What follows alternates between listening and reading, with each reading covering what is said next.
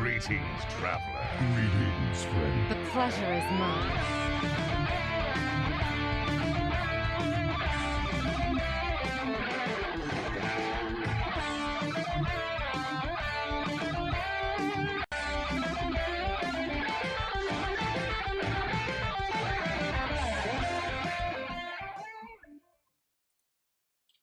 Hello, welcome, greetings, and it's episode 188 of Concede, a Hearthstone podcast dedicated to making the competitive side of the game more accessible to you.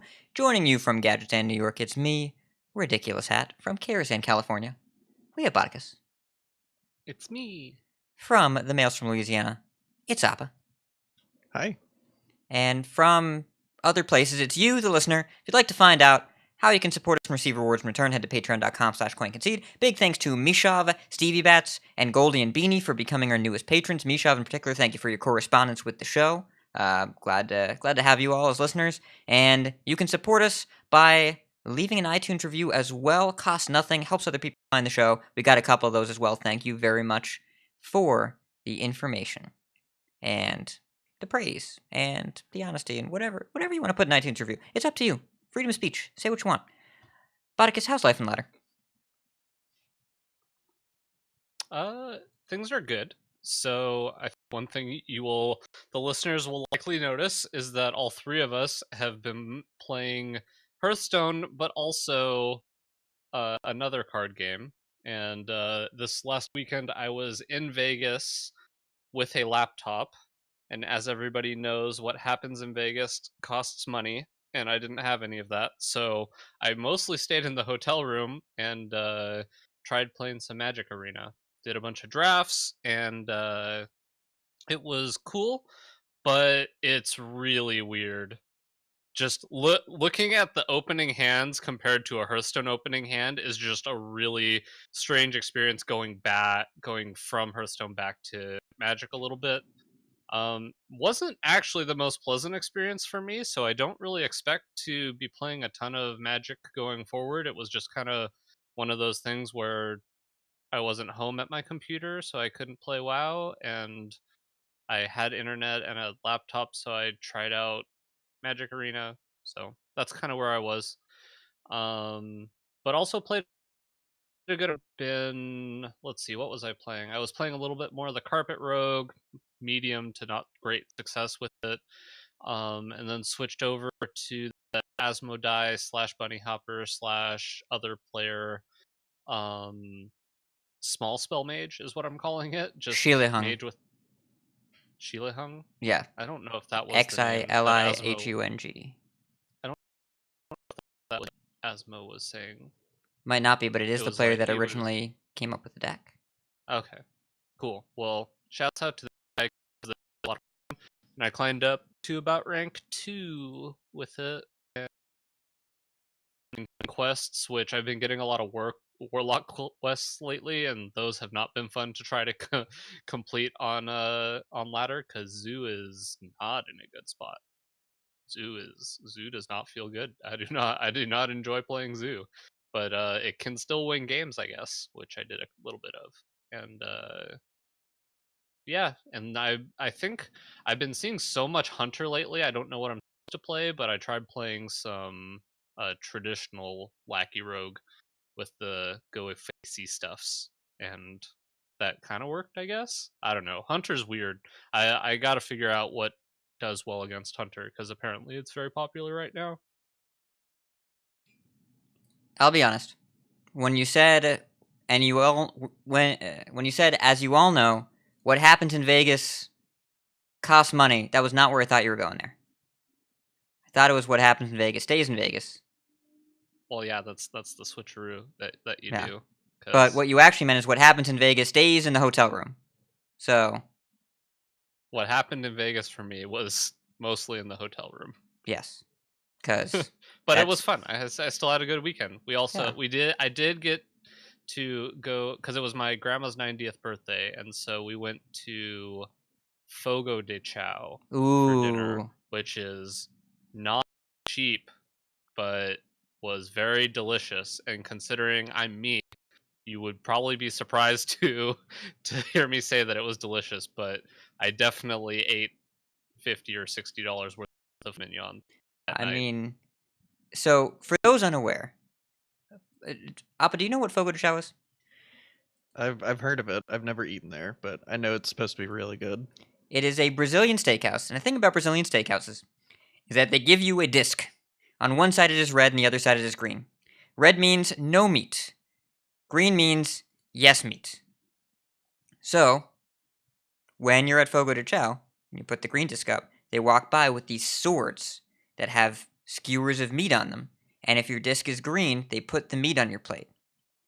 And this keeps Well, going. they say, here is this meat. Do you want some of this meat? And most people say yes. And if it's not filet mignon, I say probably not. But most people say yes, and then you take a little tongs and you pick off some. They slice the meat and you pick it off and put it on your plate. Point here is, it is great until you run out of food space or money. But until then, it's fantastic. And great special event spot. Definitely not cheap. Worth going to. I am glad you enjoyed it, and I am appreciative that I know that you went someplace that had good food and you also thought the food was good. Because those two things rarely happen at the same time. Yeah, that's fair. So I Look, do like I mean- steak. I mean, he goes places where there's good food. It's just a very specific kind of food. Goes where there's good burgers. Yeah, I go to places that have good food. I don't necessarily order what other people deem as the good food, but I go there. I'm not saying I'm judging you. I'm saying I'm glad you enjoyed Fogo de Chao. That's all I'm saying. No subtext. And also, I'm glad you enjoyed Arena. I agree. We don't want to talk too much about Magic on this Hearthstone podcast. I will say that I am specifically a colossal idiot for installing the program. But you know, the better half was playing it, and she was playing mono red, and I was helping her maximize face damage because no matter what game it is, face is the place, and mono red is very good at going face, and that kind of lit the fire, so to speak, metaphorically. And I've done a bunch of drafts, and drafts are good. But in Hearthstone terms, I don't know. I've played a little bit of everything, actually. But I finished my weapon quest by playing Jay Alexander's new Fairy Dragon Rogue, because Fairy Dragon's the new thing. Yep, Fairy Dragon's a thing, Appa. You can't backstab it. You can't ping it if you're a mage. Can't kill it with any number of hunter spells. It doesn't make any sense, but it's good. And otherwise, it's 28 rogue cards and 1/2 drop that you can't kill, so it's fine. So I had a weapon quest, so I played a bunch of waggle picks. I was only getting 1 to 2 weapons per game, but when they're all attacking for 4 twice, that's enough. So rank 1 right now. Should hit legend this week. Yeah, it's been. I've said in the past that trying to juggle multiple games is very difficult to do, and I stand by that. Because the God of War directly into Magic Arena thing was not my finest series of decisions. But here we are. Great games. What about you, Appa?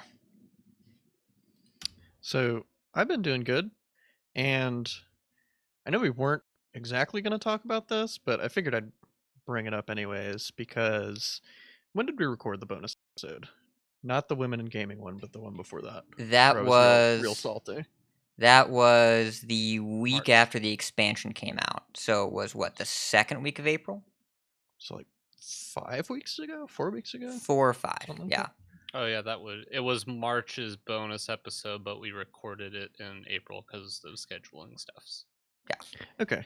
Yeah. Well, so we've gotten some emails / reviews / feedback that came out after we published that one, and I figured I should probably address that because I was pretty salty on that one, and just wanted to take a second to kind of explain why I have been a little salty since the expansion came out, and even a little bit before that. But so over the past few months, I've been feeling just really bad in general, and I wasn't feeling great. I knew something was like wrong mentally, so I scheduled an appointment for a psychiatrist, and I have that appointment on June 4th. But in the waiting period between being able to see them and actually scheduling the appointment, things started like progressively getting worse and worse, just in terms of like my overall mental health. So I actually went and saw my doctor, and I also saw the counselor at my school who also does private practice stuff. And I explained like everything that I've been going through and all my symptoms and everything. And while they're not technically allowed to like diagnose things because they're not psychiatrists, they basically told me that everything, all my symptoms basically fit perfectly with what uh, you experience when you have bipolar disorder. And my doctor that I see, she actually gave me some medicine that's a mood stabilizer, which is what people on that have bipolar disorder take, and it's actually helped me quite a significant amount. And the reason I'm bringing this up is because what they've been happening for the past few weeks, even few months, is that I've been going through an extended manic depressive episode where I've been incredibly irate and just had really bad mood swings, and I've been really projecting a lot of like my irritability and just being uncomfortable in general. I've been projecting a lot of that onto Hearthstone, where I mean, I'm not 100% happy with like everything that's going on in Hearthstone, but like I'm perfectly okay with where things are at right now, just objectively. I think the game's in a good spot. I like the meta, I like all the decks and stuff, but before I got on this medicine, I was very irritable, and a lot of that came out whenever I was talking about Hearthstone. It was very hard to like control impulses and like unwanted thoughts and stuff. So it's been a lot of adjusting to this new medicine and everything, but I mean, I just kind of wanted to explain like why I've been more irritable lately, just kind of out of nowhere. Like the rotation happened and I should have been a lot more happy, and just a lot of really negative stuff has been coming out of me, and I wanted to just kind of give a reason for that and really apologize for it. But other than that, I've been playing some Lackey Rogue on ladder, and I'm really enjoying the deck because I think we can all agree that something in that deck is going to get hit with the nerf bat, right? Some So things, yeah, Yeah. if it's not more than one card, I'd be pretty surprised. yeah. So, So I like, really get just it while you I just can. want to yeah, exactly. I just want to play it while I can and get it while I can. So I'll probably try and actually hit legend with that probably sometime earlier next week because I'm doing some stuff, figuring stuff out for school and doing a bunch of adulting, so I don't have a ton of time for a lot of Hearthstone other than like laying in bed. But I've also been playing a lot of Magic too, so that's taken up a good bit of time. So you have the time. We just know where it's going. It's going It's into it's just Drafto. split between two places. Split. Split is kind of a word. Like ladder is split into rogue and not rogue. Yeah. It's I'm not a saying it's split evenly, but it's divided up yes. in some portion between Magic and Hearthstone. But no, I think we all appreciate the honesty, and I'm sure the listeners do too. I mean, Hearthstone is a game, we discussed this a lot when they actually changed the ladder system for the first time. And a bunch of people that had been chasing the car caught the car and were like, well, now what do I do? A bunch of people that were grinding towards rank 5 were like, oh, I hit rank 5. Do I push for legend? A bunch of people that did the 16 to legend climb every month, myself one of them, started rank 4. And it's like, okay, I hit legend. It's the 15th. What do I do? And a lot of that unspent energy that the game didn't really have an avenue for kind of built up and really can be projected on any of the platforms of entertainment we take. So explanations appreciated, makes sense. And for anyone out there that's feeling, a certain kind of way about the meta, you're not wrong if you have any doubts about it or feelings about it, because feelings are feelings. You can't tell someone their feelings are wrong. But some of it is wanting something that the game is not providing. Some of it may be whatever's going on with the person in question, and some of it might just be, boredom. It's I have found Hearthstone to be a much better game when I have another game to supplement with it. It's not like it can't be one thing you eat by itself, but it could be great with a side dish. I think the example you used is white bread. Yes. Yeah, if you eat white bread 3 meals a day and then you're suddenly not excited for dinner anymore, it kind of makes sense. Yeah. But anyways, okay, cool. Life and Ladder is great. Everything is great. News. Speaking of great things, let's jump right into the news.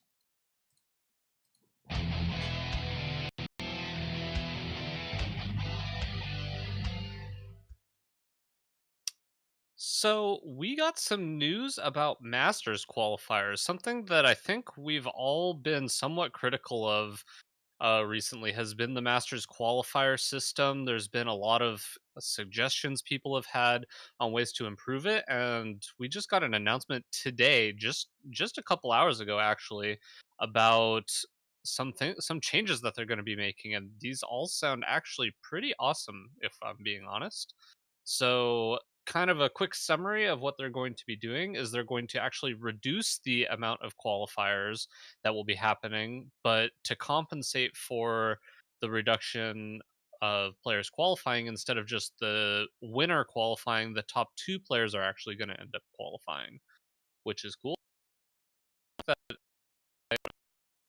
Yeah, but I assume that means more people on average will qualify, because I don't think I don't think they're having the number of qualifiers, but they are also going to be testing some of these qualifiers as single elimination uh, tournaments instead of the Swiss rounds, which will hopefully speed up these tournaments by a considerable amount. They will still be doing Swiss, and they're going to kind of monitor both of them and see how they want to proceed from there. But also, if you have at least 6 top 8 finishes in a season, you will automatically qualify for the Masters Tour related for those Masters qualifiers. And it is retroactive, which means that everyone who uh, top eighted at least 6 qualifiers in this last season are now qualified for Vegas. And then a little note here at the bottom is that Specialist is being looked at, but since it has already been announced that Las Vegas will be a Specialist tournament, they will not be changing anything until at least after that tournament. But they have heard everybody's concerns and are definitely going to look into whether or not Specialist is something they want to continue with. And they will be taking feedback from everyone who participates in a Masters qualifier to try to get a better idea of how people actually feel about the format of those people who are playing in the tournaments.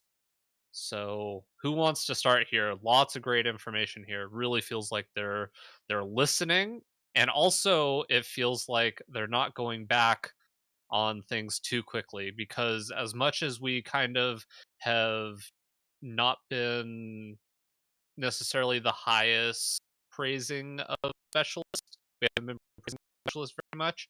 I'm kind of glad that they're sticking to it and are going to give it a fair shot, because realistically, we haven't had Specialist long enough to get a real firm grasp on how good it's going to end up being. But who wants to start here? Who has other thoughts about all of this? Appa, go. Okay, I thought I saw a hat reaching for the mic, so I was gonna let him go. Yeah, all this stuff looks great. It makes me very optimistic that they're listening to community members, and um, I don't know if this was exactly inspired by Killing All Day's tweet, but he tweeted out like at Hearthstone Esports, I forget, like a few days ago, and he's basically like, man, Specialist kind of stinks. I wish they would change some stuff.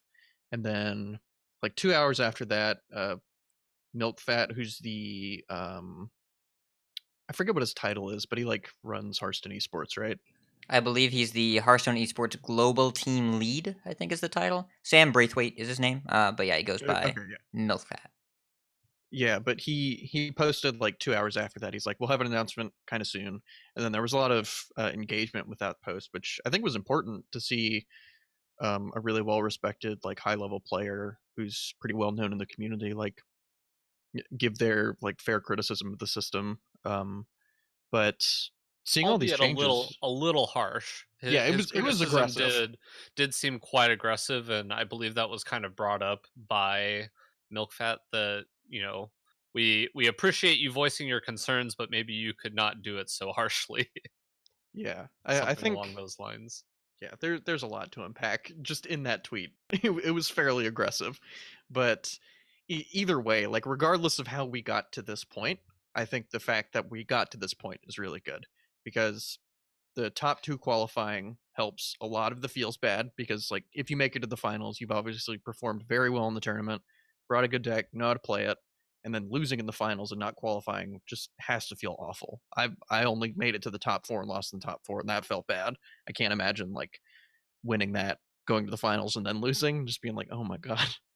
Um, and then the 6 top 8 finishes qualifying you for a Masters event, I think that's great because I've talked about this before, how I feel like there should be some sort of point system awarding people who get consistent finishes, and this is basically doing that without granting people arbitrary points. It just says if you hit this amount of top 8s and you're consistent, you will qualify. And I think that'll actually get more people to grind in these cups or these qualifiers a little more because I was talking in the specialist channel in the Discord a little bit how it like if I knew that this was going to happen, like 6 top 8s would go qualification, I probably would play more because for me it was getting to the top 8, losing the top 4, and then just being like, okay, if I didn't get first, nothing happens. Whereas I probably realistically could top 8s. So I think it'll encourage more competitors to play in these qualifiers more consistently. So I think rewarding that level of consistency is really good. And I think the last part of this post is just important, where they talk about how, like regarding the specialist format, they're keeping track of what people are saying, and they're giving it a fair shot for Vegas, seeing how it goes, and then like assessing it from there. And I'm sure there will be balance changes in the interim as well, either before or like somewhat after Vegas, just to kind of see how the format's going, and then also make tweaks based on stats on ladder and all that kind of stuff. But it's good going out of their way to say, hey, we're keeping an eye on this. We're sending out surveys to everybody that competed in these qualifiers to get legitimate feedback, which I'm going to be really happy to fill one of those out because I enjoyed playing in the tournament. It was just a lot of it for me was it was a first or nothing kind of thing, which is, I mean, they're fixing that up. And then my other real concern is just like qualifier length. So that's what I'll be giving in the survey. But I mean, if they can address the qualifier length at this point, like I'd be happy to play in these again. I think it's kind of insane that before the first tournament that these events qualified people for, Blizzard said, you know what? We didn't quite make this right. Let's invite 24 extra people. That is crazy. That is a crazy number of people. They just added to a tournament where you can win $250,000 because Blizzard wasn't quite happy with how things turned out. And I think that really can't be understated how significant that is. I think it's unrealistic for us to expect them to change this format before the first major event where it takes place. But there is no way they included that paragraph for no reason. They included that paragraph so we would be keenly aware. Hey, we kind of know this sucks, but let us just do it for a little bit until we can prove it. That's kind of what I got out of it because they can address the feedback, but in the past when they've addressed the feedback and it hasn't been something they've wanted to act on at the time, they've said that. They've been very clear of blah, blah, blah, this feels one way, but actually we think it's another way, and we're not going to make any change at this time even though we're closely monitoring. That's not what they said. They said we're not going to do anything until after the first event. But they didn't say we're not going to do anything or we don't think we should do anything. And that's a big takeaway. Because in the past, I don't know, when they thought the meta was balanced, they looked at Giggling Inventor and said, this is fine. They literally put out an article that said, this is fine. It's on our radar, but we don't think it needs any adjustment at this time. That's not what they said here. They said... How is that card still getting played? Are you kidding me? I don't know. Remember, that's a card that people are putting in their decks. At 7. What the hell? Well, okay. At 7. They did print a card that makes bad 7-drops good. It's called Conjurer's Calling. Did It's change not a lot. played in those decks. Well, I mean, it's sometimes played in those decks. I was talking about Shaman, which obviously isn't very well represented, but people were just playing it in Shaman Yeah, because for a two while. Annoyatrons Giggling is Inventor worth won paying. Worlds. It's At 7. I mean, Rafam won Worlds for the other person, but we're not going to go there. There's 7-drops are complicated. That's all I'm going to say. But yes, Giggling Inventor used to cost 5, and Blizzard said it's well represented, but we don't foresee making any change at this time. That's not what they said about Specialists. They said we're not going to do anything except collect feedback until the first season of GM and the first Masters Tour is done. But they left it pretty open-ended otherwise and specifically commented on it, which leads me to believe they are keenly aware that this experiment has not quite worked out how they had planned. So, I think it's great. I think it's a big win. I do think Smiley Chris brought this up in our Discord. If you were a grinder that had 5 top 8s and you were unaware they're going to invite people with 6, probably doesn't feel great, but I do believe that this is the smallest group of unhappy people possible, as opposed to the people that invested so much time in their game they had 6 or more top 8s and didn't qualify and were ready to be like, well, I'm never doing that again. What you want is when people play your game for 250 hours a month, you want to reward those people. So they keep playing your game for 250 hours a month because that makes you money. And what Blizzard is, they reward those people and they punish the people that only played a paltry like 90 hours a month. So, it's not perfect. And it's not like they necessarily punished them. They just didn't reward them like they rewarded the other people. And you're always going to have, if you're going to do this, you're always going to have that cutoff. Because it doesn't. Because then if you expanded it to only 5, then all the people who only got 4 would be upset. So well, the option to do is announce this during the season and then give people the chance to get more top 8s, as opposed to giving them. You don't want to give them the full Feno. And this is like a partial Feno. That also doesn't sound bad though, or that also sounds bad. I think you want to announce it before any of the qualifiers happen, so you know going into it and can plan accordingly. Right. In a perfect world, just build a perfect system first, and then you'll be fine. Yeah, this decision was certainly made fairly recently. Yeah. I'm glad they did this. I do agree. For sure. I do agree there is a small downside to people that had the goalpost moved on them and didn't realize that they could just do a layup. But that's mixing sports. Doesn't matter. The point here is, I think this is a large net positive. Okay. The Fofino is the episode title. Cool. Yeah, I think we're all pretty happy with this, which is good. I think it's definitely a win for because it just sounds like they're also going to continue listening to it. The fact that they listened to us this time means that if there's other feedback, sure they will hopefully listen to us then as well. Here is there was an article on the Play Hearthstone website about 3 specific matches they said you do not want to miss for playing Hearthstone Grandmasters. It's going to be this weekend is the first weekend of Grandmasters play, so it should be quite interesting. The 3 matches that they highlighted will be Amnesiac versus Strifecrow, Blood Trail Tyler, and Orange versus Hunter Ace. I don't know about you guys, but I definitely want to try to catch this Orange versus Hunter Ace match. That sounds like it's going to be quite spicy. And then also they have some. They announced the casters for each of the regions for at least this week.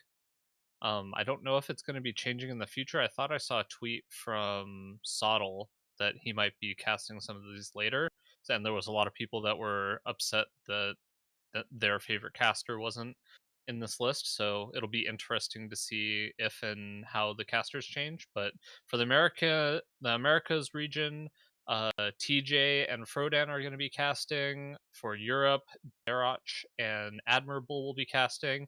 And then for the Asia Pacific region, Language Hacker and Raven. And I believe this is the first time we've seen Language Hacker do any sort of casting gig? I know I've heard him on the Hearth's Coach podcast, and he sounded very smart there. I met him in person. He's a super nice guy, so I'm pretty interested to see how he does in the casting role. But what do you guys think of this lineup? What match are you guys interested in seeing? What do you think, Hat? Language Hacker has done some Tespa casting, and I haven't watched a ton of it, but he is intelligent and well-spoken and really good at Hearthstone, so those are things I look for in a caster.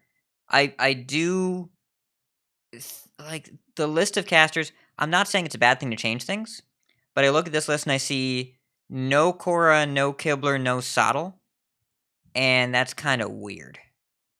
I'm Yeah, the not no bad, but Raven weird. and Sottle duo is kind of weird because I always picture them together. Well, That's going to be a little jarring for me. and TJ and Froden and Derek and Admirable, I don't mind switching up TJ and Admirable, and TJ and Froden do Talkstone together, and Derek Brown is a funny internet troll, and Admirable is a funny actual troll, so the combination of the two of them is going to be pretty good, but it's just a little strange. Either way, I am looking forward to it, and I have set my Twitch stream to 2015 to watch Amnesiac versus Strife Crow. That is going to be hype, because I don't know the last time those two guys have played against each other, but it must have been when Muster for Battle was legal. Like, it's been a while.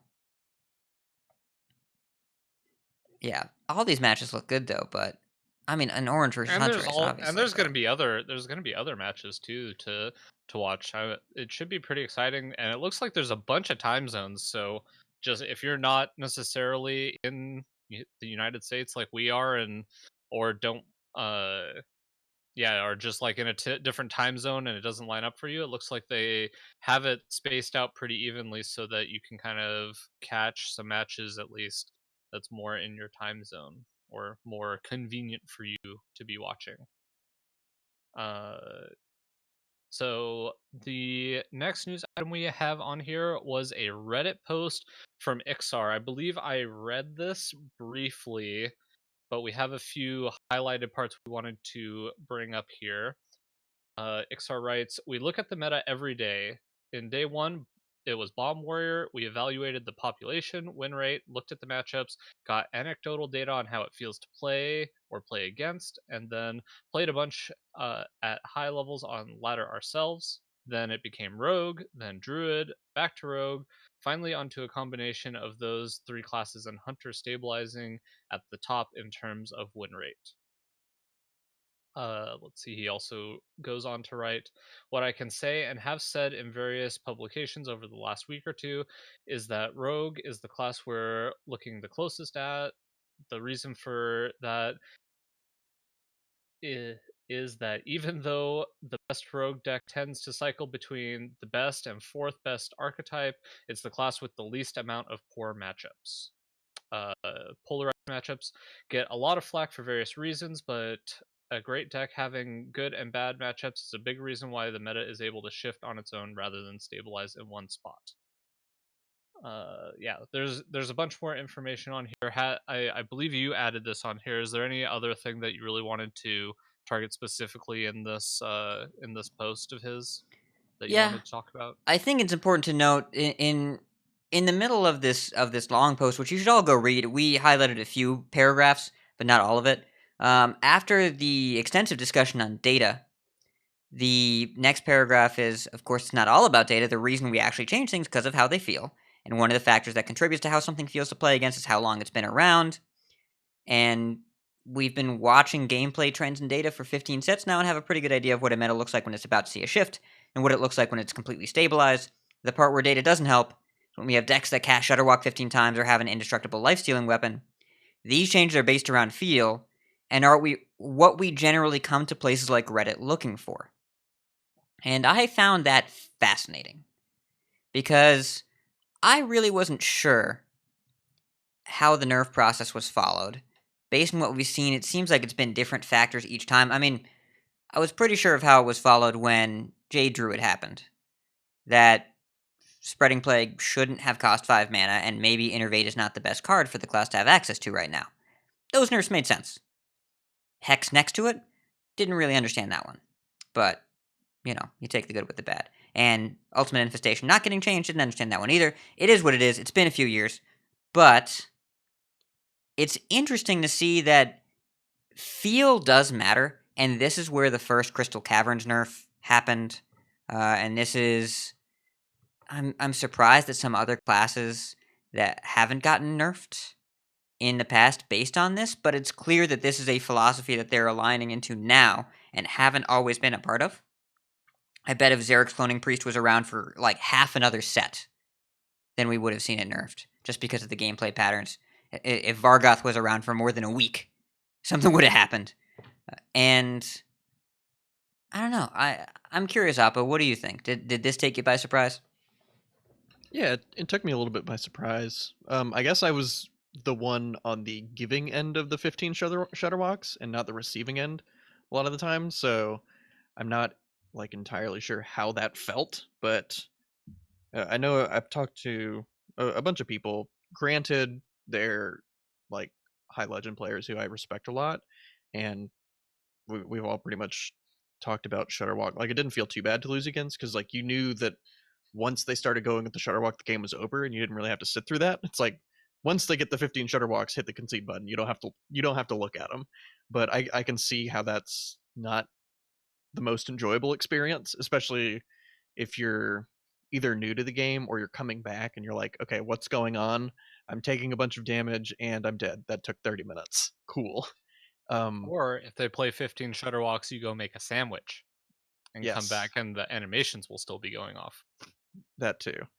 Yeah. What was kind of interesting for me here is that they are actively seeking out places like Reddit, and I'm sure this Reddit comment means like Reddit, Twitter, like official forums like Rever. They're paying attention to how people feel about playing against these sort of decks.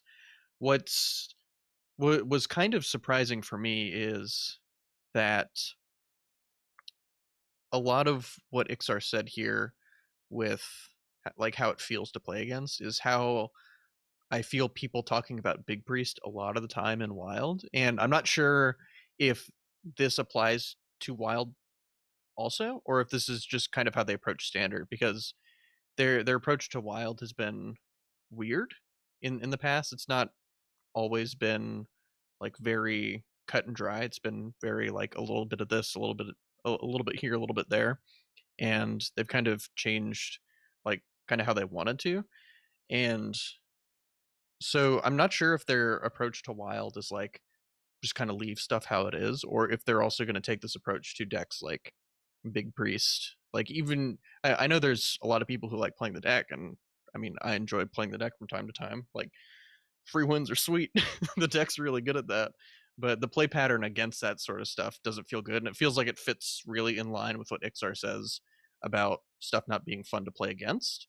And maybe that's how Big Priest players feel, like how I felt with Shutterwalk. Like, this deck's really fun to play with, and I'm not on the receiving end a lot of the time, so maybe I just didn't see a lot of how it felt to play against. But yeah, it's just really interesting seeing the insight. And I think the most important line from this whole thing for me is in the first sentence of the very last paragraph. He says, in terms of communication, we first have to get aligned internally, which I guess means that they're less, not put together is not the right phrase, but I guess less organized would be the right way to put that. Um, I think they're less organized than what I assume that they are. So, I mean, if they get their like channels of communication organized and all that stuff, hopefully we'll start to see better communication soon.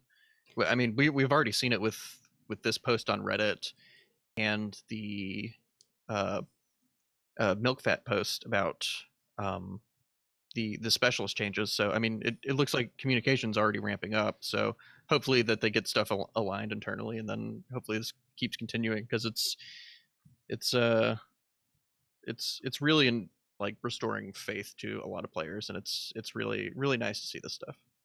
Yeah, and I think what they mean by internal alignment, it's not so much that they have to all agree or get organized. It's more that the amount of work to make a patch is a lot. And they say it in the next couple sentences here. You got to get a date in place, official messaging has to be written, and you have to translate into all languages, which is a lot of languages, plus make the art assets, plus code it. It's a lot of changes. That's fair. I think it's simply makes just... It also might yeah. just mean that they're way bigger than we kind of assume. Yeah. Because at least in my mind, I think, oh, Team 5, it's like a room of people that do the Hearthstone stuff. But They're in just sitting in the actuality, inn. it's like it's probably 5 different groups of people that are all focused on different things, and like getting aligned internally means that everybody has to be able to get the communication out to each other, and everybody's on the same page. Yeah, I mean, I work for a large company, a large corporate company with multiple different individual teams, and things like departments like marketing, and for us, we have IT, but there's also an internal development department. Marketing is a shared asset that all the different teams lean to the same marketing team. And so basically, when you do a patch, you get in line and you say, "Hey, I need a press release, and it needs some assets." And then you go to get some translators. It's not translators that just work on Hearthstone. When they're not translating Hearthstone cards, they don't do anything. They're Blizzard translators. So you got to get in line for them too, and you got to give everybody the information and send it all out and hope they have information and follow up with them and get them to help you out and make sure blah blah blah. And it's anyone that works in a big corporation, you all know this. The movie Office Space is real. It really happens. People have 9 bosses. That's a true thing. So in this case, it's just the reality. Blizzard, I was talking to a guy in the tavern the first year we all went to BlizzCon, and he helped build the testing tools for Hearthstone. And he said he went to the Blizzard Christmas party that first year. It's like 30,000 people work for this company. I knew like 20 of them. Just I didn't know anybody. It's this giant room full of people. It's so many. It's huge. So I think it's pretty difficult to kind of understand the scope of what they're dealing with. And he said at the end here, once we decide to do a patch, you'll know 7 days after we decide. So it takes them about a week to get everything together, and that's a lot of stuff to do. So it kind of makes sense. I wish it was faster. And sometimes when Druid is involved, I guess it is faster. But it's big Does corporation. that mean that like before Rumble came out, they were like, we're probably gonna have to nerf Druid because that came real fast. I would not be surprised at all if they either penciled it in or if they had an exact deadline they had to hit and they looked at the numbers right when the set was coming out and they were like, oh, this is bad. I wouldn't be surprised if there was direction to change something from somewhere higher in the company to make sure that that engagement was higher. And they had 6.5 days to do it and they needed 7 days. And so they pushed it and they got it done. But then it's like, oh, this is changing tomorrow, by the way. Yeah, either way, seeing that they're just being more open about this and kind of open about the processes behind the scenes is really nice. Yes, I agree. And this is not, we're not going to do a patch, but it's also not what they did when Witchwood first came out, where they listed all the possible patch opportunities, which I think Iksar has wisely realized maybe don't do that again. But yeah, I mean, this is a win. It's a good lineup of information that we have here, and we've gotten a lot out of the devs in the past couple days.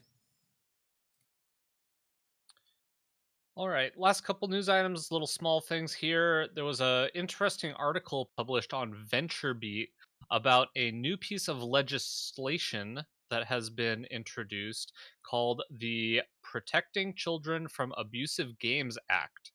And basically what this whole thing is, it could ban loot boxes and pay to win mechanics from games, which is very interesting. Now, this is very new. This has not gone through Congress and the Senate and all that stuff. So this is just like the baby stage. Look at a couple different sides of this bill, because it kind of goes into how one of the people advocating are essentially saying it's been done in other countries before. It's something that could very easily happen. The difference between necessarily a loot box and a booster pack, they might not fully kind of understand the differences there, so you might not have to worry if you're looking at that. But um and then the other side is there's another, I believe it's another senator that basically says that yeah, there's a 0% chance that they don't see it getting any sort of traction. And just kind of a cool article. Very interesting. We've had talks about microtransactions and loot boxes before on the show, but seeing something actually introduced to um, to legislation is pretty interesting. You added this article here. What was your kind of takeaways from it? That people think this will happen to Hearthstone, and it will not happen to Hearthstone under this context. This is the Candy Crush bill. This is what this is. The bill specifically lists Candy Crush as targeting children, even though, as mentioned in the article, Crush is apparently middle-aged adults. So either way, I would be surprised if this affected our game, because you can make a pretty decent argument that what Hearthstone is doing is no different than what Magic has done for years, and that was on paper, and there are parental controls, but people were talking about this because there is definitely application between loot boxes and card packs, but I think that this is very unlikely to align with our game or cause us any trouble or pass into law. I think there are more important things that Congress will focus on first, I hope. But did you have a comment about this article? Yes, but I actually remembered that actually last year when we were living in New Orleans, uh, one of the people from Crescent, the organization that I play for, was contacted by somebody from Fox 8, which is a local news channel down there, and we actually did interviews at a gaming cafe about uh, basically exactly this topic, and actually linked it in the show notes if y'all wanted to watch that. There's a video that goes along with it, but I posted the article in there, and all of my thoughts are in there. I don't want to take up too much time on this, but if you wanted to go and read or watch that, you can. Yeah, make sure you definitely check that out. The last couple items we have here is there was a video posted by IGN that had 5 sweet plays, 5 very interesting kind of more high level plays that at the World Championships, and was a little watch. They had one of the better plays in the video, but they didn't. A lot of the other plays they explained why the plays were good, and then they kind of missed this one, which I still was one that I missed that had actually pointed out after the World Championships happened of Hunter Race Viper game 1? yeah, the Yeah, misdirection. the misdirection. People just are not understanding how complex that actually was, and how next level Viper got by the misdirection bluff. Yeah. Because he literally could have just traded in and then gone face for one, basically made his 1 power minion 3 toughness and then gone face for one if he knew it was explosive trap. But the bluff was absolutely superb. Well, Pelletier explained this best on Twitter, and that's where I got it from, so definitely props to him, Pelletier HS. Basically, he said, this play would never have worked against anyone that wasn't one of the best in the world, because you have to set up a situation that you know your opponent is going to intuitively understand and play around, and then bait them into it. It is one of the best in the world falling for a trap set by literally the best player in the world that would never work at your average Masters qualifier or ladder game. It's a crazy play that's almost impossible to explain, because the innate context of this play working is that your opponent plays perfectly. And that's And Yeah. also, your opponent remembers that misdirection is a card that, Yeah. that you could play. It remembers it and constructs a game plan to guarantee lethal through it, because there's no way that you as Hunter Ace would have played any differently, except Hunter Ace knew that he would think that and did. There are layers. Yeah, There are layers. This is the Inception. levels, yeah. Yeah. So, anyway, definitely still check out the video. There was a bunch of great plays in there, including the cool Thunderhead play, which I had not seen before and thought was very cool. And then the last news item on here, I don't know a ton about, so I'm actually going to just throw it to Hat on this one because it's about Battleriff in a EU only tournament. So, okay, first of all, if you are on EU, this is for you. If you are not on EU and you want EU cards, this is for you. If you're not on EU and you don't want EU cards, go do something else for a couple minutes. Or just change the channel, stay in this show. So Battleriff, they're making their own. It's not a league, because we can't call it a league, but it's very leaguish.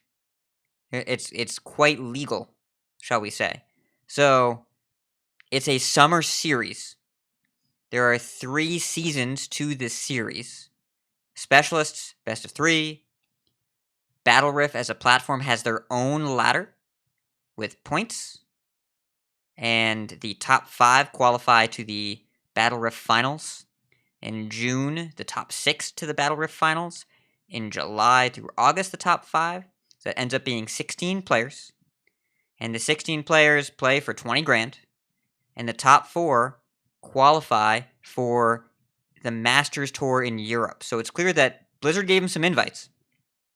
It's a privately run public league system where players can qualify towards the Masters Tour, but not in a Masters qualifier grinded out in one day setting.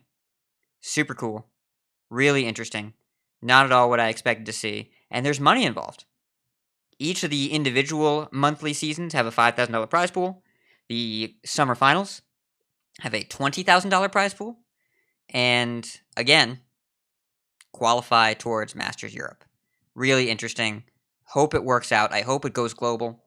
And it's really cool. And there's quite a few eligible participants, as well as 200 invited pro players, and anyone with a high ranking that you can earn by playing in standard Battleriff entries. So, if you're on EU, or you want to do this and you are willing to be on EU, definitely check it out. Link in the show notes.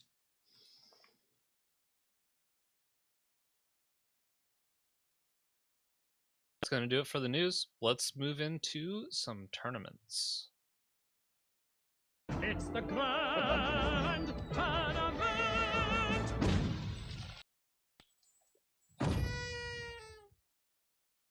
Alright, so tournaments. Speaking of Masters qualifiers, we have a bunch of Masters qualifiers.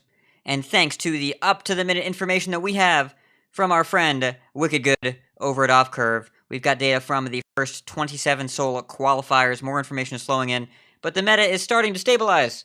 We have enough information to say, definitively, surprisingly, Rogue is good. That's it, that's the whole section. No, it's not, but just kidding. But 1/3 of all players are playing Rogue. 1/3 of all matches are Rogue. That's a lot. A lot of Rogue. And the meta has definitely stabilized in the heavy damage face version. Only 3% of players, in addition to that third for the face version, are playing the Burgle Vendetta version. Because if you're playing against 1 out of 3 rogues, and you're relying on Blink Fox, probably not going to work that well. So, not as many Blink Foxes. Bomb Warrior number 2 at 13% of all entries. Control Warrior just under 10% of all entries. Conjurer Mage and Bomb Hunter round at the top 5. In the next bracket, which is under 5% total representation, but rising and doing reasonably well, are Miracle Mage and Miracle Priest. Mage, in particular, has significantly risen in representation and has an absolutely bonkers top 8 conversion percentage. In particular, Miracle Mage, the newest builds that Asmo is using to hit number 1, originally invented by Zhillenhung, and kind of optimized by APX Void and Meaty and... no, not Meaty, RDU, and a ton of other players are playing it. Most recent edition, I believe, is Sea Giant, right? Yes. Sea Giant is the big edition. Yep, list is playing double Sea Giant, double Mountain Giant, double Mana Cyclone, and that whole package. I don't think it does Book of Specters anymore. It's funky. It's a funky deck.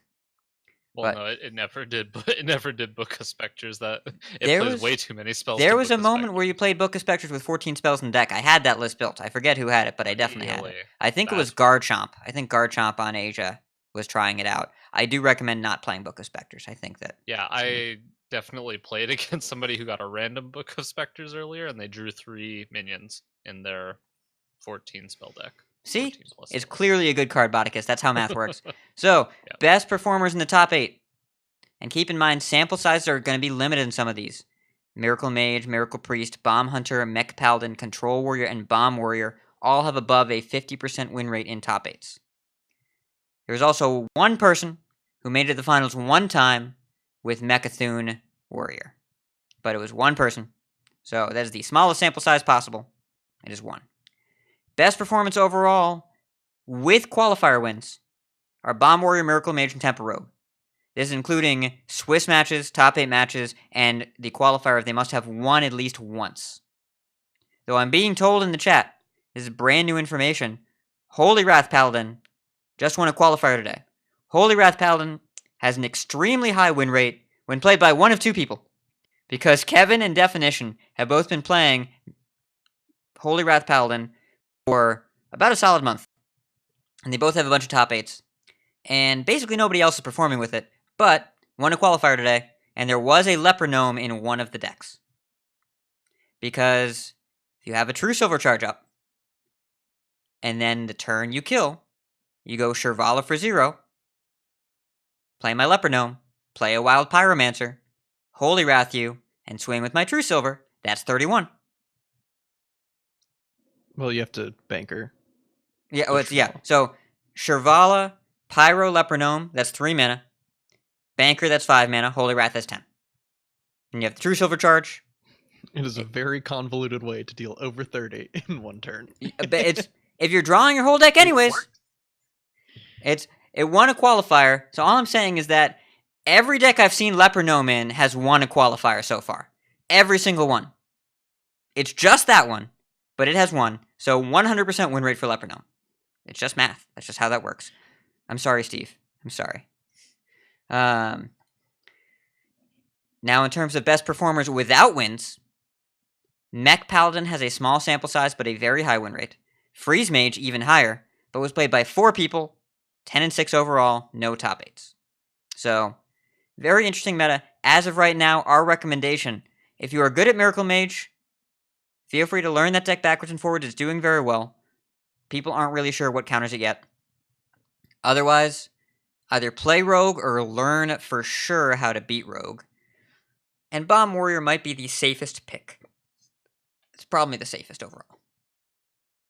And Is this the aggressive Bomb Warrior, or with like Grom, or just Control Warrior with the bomb?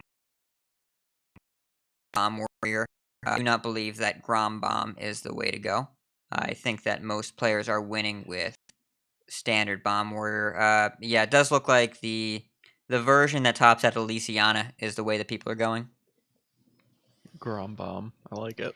Grom Bombadil. It's a great deck. And, yeah, the version that's doing well is just standard Control Warrior, except also sometimes you just die. The non-Grom Bomb is doing better. Yeah. That's... is that the episode title? Non-Grom Bomb? We'll figure it Non-Grom Bomb, the full Feno. out. It's all right. We're getting... I can't keep track. So, Grandmaster starts in 2 days. We are less than a month away from Vegas. More Masters qualifiers are coming. The Concede Not League is underway.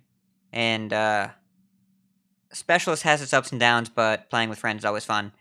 And speaking of playing with friends, we've got everyone's favorite game show. Segue into it. Everyone's favorite game show. It's time for... Do I have a game show soundbite? Oh, I thought you were gonna plug the Team Strike Not League. Oh, yes, well, no, you're going to do that right now. Go ahead. Yeah, so Nikolaias is running a Team Strike league, but not a league because it can't be, where you group up with another player and you both play against another team of 2 people. You play your matches asynchronously. You don't have to do them at the same time, and you don't have to play together, but you're just paired up for the sake of points and standings and all that stuff. And Diego Centric and I were paired up for this last run of the Not League, and we actually won in the finals over Nicolaius and JCW. And so we're trying to get more people in for this next run of the Strike Not League. And yeah, so I know Nicolaius, I think he posted in the listener series chat about it. So if you're in the playing some Strike, just playing with friends or meeting some new people and learning some stuff from other people or just having fun, it was playing Strike a lot. And I play Wall and Strike. It's awesome. But yeah, it's you can find the link in the listener series in our Discord, or you can message Nicolaius or message me on Discord or on Twitter. I can give you a link for that. So, yeah, before we start up. And yeah, Nicolaius does a great job. Friend of the show, friend of Strike, enemy of Elysiana, enemy of Sap. You know, can't win them all. It's fine. And we're going to go into Dexplanation, and it's everybody's favorite game, which we'll reveal after this.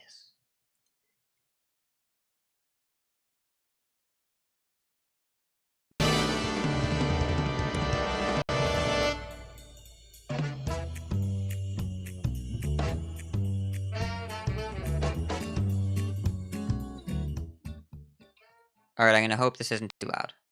I'm going to hope this isn't too loud. We're going to see.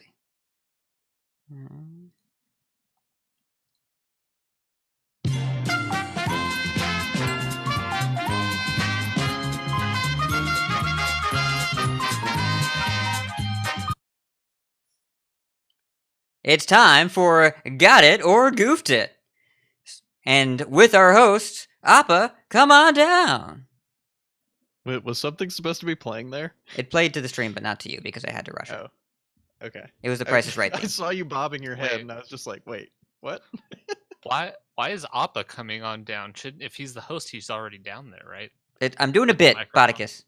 He's doing a bit. Yeah, so we're doing Got It or Goofed It again. We feel like the expansion's been out long enough that we can talk about some of the cards that we predicted to be good or bad, and why we got some or why we goofed it on our predictions. So first, let's go over the cards we goofed as a group, and we're gonna each of these cards we're gonna talk about why we either got them right or got them wrong, because I think the conversation is more interesting than just being like, oh, I got this wrong, next one. And because it'll give some insight into how we analyze things whenever they're released.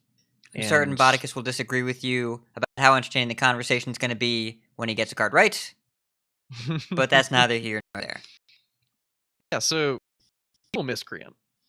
I'll go first on this one, and I'll just paint a brush on most of the lackey cards in general, besides Sludge Slurper. I thought that card would be good, but I thought the lackeys would be way less impactful than they are. But those cards are just good, like on their own. Like if you gave me the option to put any of the lackeys just in a deck, I think I would put all of them except for the +1 and Rush in a deck on like by itself. So whenever you play a lackey card, you're effectively getting +1 card, or in the case of Evil Miscreant, you're getting +2 cards. And sometimes you're getting +3 cards with the lackey that summons a 2-drop. So I analyzed That this. gives you a spell. Oh yeah, the one that gives you Discover a spell too. It's not even just a random spell. Just discover a spell. Oh yeah, in the Strike League finals, I ran out of cards. Evil Miscreanted, got Discover a Spell, found Myra's. Easy game. Yeah, that card. Yeah, Evil Miscreant's just great. The lackeys are way better than I thought they would be. But yeah, that was mainly the reason why I whiffed so hard on basically all the lackey cards. I mean, the fact that we barely mentioned this card and it is probably at the top, if not the top of the list of cards that are likely to get nerfed, is saying something. Like this card is really freaking good. Lackeys are really freaking good. And yeah, this is a pretty big goof, but I don't know. I love playing this card. Or it's I don't know what get to it say while other you than that. can. Yeah, I It's- love playing this card. There is I think about as low of a chance as possible this side of Corridor Creeper of this card escaping unnerfed, because it just this is a mistake on numbers somewhere. It's a 3-mana 1/5 is really relevant right now in a weird sort of way. This one has a very strong battle cry and is in the class that curves into Waggle Pick, so you bounce it and do it again. So it trades We'll get twice. to that one later. I am aware where we're going. I know where this trip is headed. I can see your GPS destination locked in the dashboard. Either way, the thing about Miscreant Op, I think you said this a couple episodes. No aggro deck ever wants to sink 5 damage into this. Never, ever, ever. So it always gets I bounced. think that was me. It might have been Appa too, though. It might have been you. I don't know. It's one of you two smart people. It's no one ever wants to trade into this because it's such a pain in the butt and it's so much misdamage. But then they trade into your stuff twice, and then they bounce it, and then they do it again, and it's so much of a pain. And it just... I remember that week where Token Druid was good. And it was fine, unless Rogue... What? It was like a week. Yeah, no, it's just funny. It was like a week where Token Druid was good, and then the Rogue decks got better, and Token Druid was great unless your opponent went turn 2 coin Miscreant, and it's like, oh... Well, they trade with all my token generators and have a bunch of way better 1/1s. I guess I just lose now. I rated this card a 4 out of 5, or a B on our rating system. And I still feel like I goofed it pretty hard, because it's an S. Yeah, it's... I mean, aside from just the lackeys, them being way better than I thought they would be, the body is also incredibly relevant, and I probably won't make this mistake again, because I mean, I should have seen the body being really relevant, because if you think back to like whenever Armor Smith was being played, like a 1/4 against aggro is great. Like if you disregard the effect, just a 1/4 that comes down early is just going to eat some stuff. It's probably going to be a 2-for-1 against aggro, and Miscreant is that, plus the lackeys on top of it. So the body and the lackeys just overperforming is really what makes this a big goof for, I think, all of us. Well, okay. I have a question. How much of us goofing this do you think was based on the assumption that Hench Clan Thug was a better 3-drop that was still going to see play? Oh, I didn't even really consider that much, I don't think. I definitely thought Hench Clan would still see play in rogue decks, but I think the biggest part of the goof is the lackeys more so than its relevance in terms of Hench Clan Thug. But that could be wrong. I don't think I thought about like it clogging up the 3-drop slot very much, because I mean, if we just look at Hunter for all of Hearthstone's existence, it's basically functioned with a million 3-drops. Well, but the difference is that Rogue is good, and Hunter didn't win anything for most of that time. It's what Hunter won when it had Undertaker, and then it was a while, and then Spellstone and Rexar. Yeah, Spellstone and Rexar. But in between that time, and before and after, it's kind of been dark. And now it's winning because Master's Call Dire Frenzy. But Rogue has... And Zul'jin. And Zul'jin, yeah, that card's good. Rogue has had so many good options at every mana slot for so long. We should bring this up. In Discord this week, I took all 5 lists of Rogue that won World Championships over the past 5 years and put them next to each other. And the similarity to all of them, except the one during the middle of the year of the Mammoth Standard, or Year of the Raven Standard, with all the busted Mammoth cards before they nerfed Bone Mare and all that stuff, and before they nerfed Corridor Creeper. Good lord. No, I think that was Year of the Mammoth. 'Cause Yeah, it was Mammoth. It before was World War KNC. came out. It was KNC standard. Yeah, you're right. So putting them all next to each other, outside of the one that played Keleseth and Corridor Creeper, all the other ones had basically the same core 20-ish cards. Firebat's deck from 2014 still has 23 unnerfed standard legal cards. And probably about 18 of them are seeing significant play in Rogue still. Not the Earthen Ring Farseers. Shiv and Fan are not seeing as much play right now. Thalnos not as much right now. Everything else still seeing play. All of it. Yeah, it was 25 before Coldblood got nerfed. Yeah, well, it was 26 before Leroy got nerfed. Well, he didn't play Leroy. He played Deckhand Faceless. Oh, yes, you're right. Yeah. Yes. So, either way, it's a crazy number of cards that are still standard legal and still quite good. And so, looking at new cards changing Rogue, you have to always evaluate it on the basis of this ever-present classic Rogue deck. How does this card fit in? How does this card work in the context of what I know Rogue is already going to be doing, because Rogue has always done this thing? Which indicates that maybe Rogue should do different things, and maybe we nerf a card here or there. But that's neither here nor there. Why don't we talk about a class that really deserves some nerfs, Appa, for this next one? I feel He's trolling attacked. you. He's trolling you. But Shaman has deserved so many nerfs. It deserved Hex and Flame Tongue Totem. Oh. Because it was so Why dominant. you at the gotta time. kick him while he's already down? That's so mean. He just took the salt shaker Shaman and just shook it all over that cut. Okay, Shaman did nothing wrong. I know. What's mean is that Blizzard It's changed all these done cards. some wrong stuff. Let's be yeah. real. But like, when Blizzard's looking at Blizzard's looking at the cards, Tunnel Trog, Totem Golem. Let's leave those be. Let's leave them. They're fine. We get to Jade Druid Stone. This Hex, it's gotta go. They're still nerfing Shaman because Tuskar Totemic, just out of spite. Yeah, to be fair, there's been a lot of Tuskar-related spite over the years, and that is definitely a karmic debt that we have yet to repay. Oh man. So what Hat's referring to is Murloc Shaman, and I'm not sure if Bauticus thought this, but I know Hat and I were very high on Murloc Shaman during reveal season, and we thought it would be much better than it is. And it's going to bring me to one of my gots later on, but Underbelly Angler pretty much carries that deck entirely, and the draws where you don't have Underbelly Angler, significantly worse. Deck's almost unplayable when you don't have that card. Yeah, you need 2 mana Lyra, turns out. I actually blame you two for the reason why I was anywhere remotely high on this deck to begin with. I thought this deck was going to be playable, like, reasonable, and you guys were talking about the cards, and I was like, oh yeah, no, this sounds really good. Maybe it's actually going to be really good, and it's the best performing Shaman deck.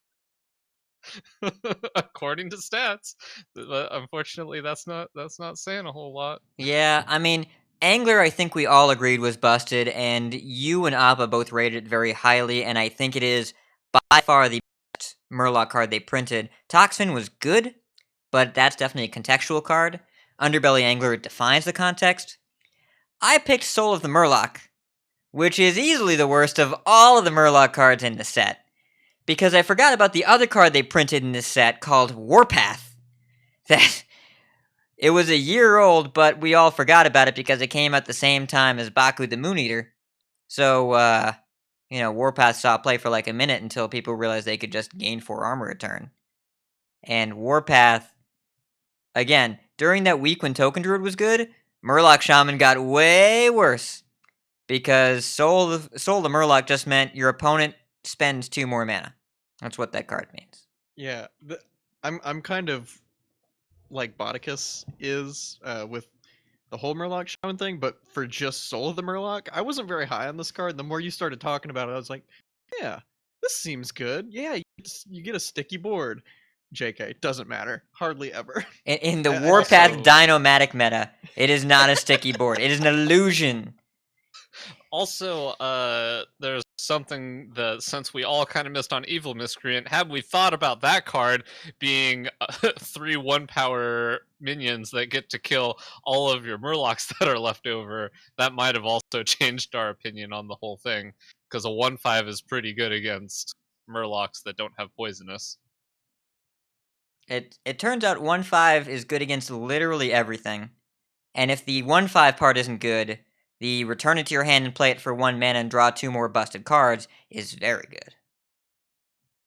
So moving on from Murloc Shaman, I think we all whiffed kind of hard on Conjurer's Calling. I had it pretty low. I rated it as a D, and I forget what the context was there in terms of our grading scale. I think it was like Fringe or a Cards. tech card. yeah, and I didn't really think about putting it in the Mountain Giants, but I don't think a lot of that right off the bat. So but I thought it would be a card that you would put in your deck to like get a little bit of extra value on like a minion that was damaged, and then sometimes like break an Edwin or something that's buffed up a lot, and that's not really what it's used for hardly ever. It's used on Mountain Giants all the time, or like the 7-drop, the 2/7 in the actual book mage deck. Rabble Bouncer. And it's still used. Yeah, it's still used in Miracle Mage with Mana Cyclone and all that stuff. That deck is a weird pile of cards. I don't even know what's all in the deck right now. It's so weird, but it is sweet. If you get to, you should try to play it. It is so much fun to try to figure out how to win with it. And how It to wins so how to many different combine ways. Mountain Giants and Sea Giants in the same deck. Definitely a little strange. Yeah, I'd- Mountain I'd- Giants and 1 mana spells that you would expect you might play early, and then not have enough cards in hand. Yeah, I didn't realize we were jamming Sea Giants in our Spell Mage deck now. It's a brave new world, Appa. It's hard to explain how deck building has gotten to this point. This deck feels like if you took Cube Lock and you look at how it evolved, you understand how it got there. But if you took the finished product and posted on a website at the beginning of the expansion, people were like, "What is this? How are these cards in the same place at the same time? It doesn't make any sense." And there's no idea how someone thought up of this. And I wanna cover myself on Conjurer's Calling. I wrote down on the hero power ranking spreadsheet, I'm convinced that not a single person understands how this card will be used, myself included. So, I stand by that, except for the one person that understood it was APX Void, because I think he was the first person that figured out that Grave Horror also cost 12. And that's the thing that we all missed, is that you can get a fast Mountain Giant and turn it into taunts. And it's a big thing to miss, but very few people figured it out. I will say, also in the same hero power ranking spreadsheet, the hero power guys were very high in this card. Zeroshio rated this card a 5, or an A in our system. And he is the only person I know of that really understood what was happening here. It's a sweet card, and it has been surprisingly effective on stream. When we were watching Worlds, Hunter Race was casting it on 4-drops, and it was great. Like, it got, in the mirror match, it got Viper Houndmaster Shaw. And Houndmaster Shaw, very good in the Mage Mirror. In the 20 or 26 minion Mage Mirror. Yes. Houndmaster Shaw, very good in that matchup. Quite good. Yeah. The best players in the world are casting this on 2, 3, and 4-drops, and it's still busted. So, clearly there was a lot here. I was not low on this card, but I was also not high on this card.